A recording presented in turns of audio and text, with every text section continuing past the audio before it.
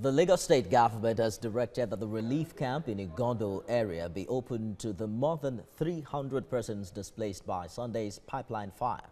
Well, this is happening 3 days after residents of the area experienced an explosion as a result of pipeline vandalism. Olawakon visited the scene when the Ministry of Transport was evacuating all affected vehicles. Sad faces, worried countenance and sober mood as residents of Abule Egba watch personnel of the Lagos State Ministry of Transport clear the area of burnt trucks and other vehicles. I caught up with John Taiwo, a community leader. He took me to the remains of his house.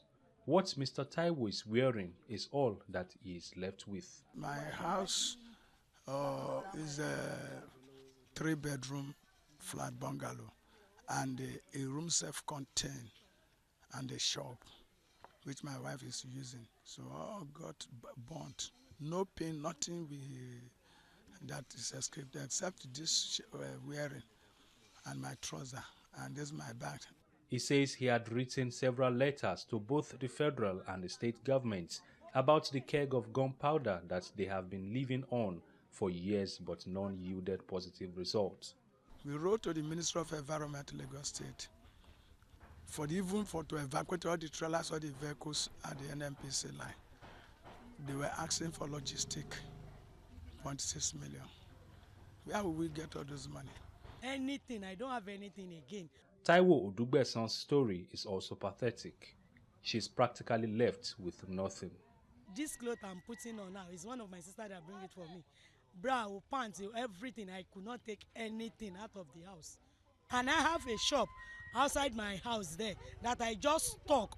But okay, this is a new year. Let me start my business again. Everything I have burnt in the house. Yesterday afternoon when I now come and remove my own vehicle, and I think because there's no more to repair, and I give it to all these houses. These are some of the 300 victims who no longer have shelter.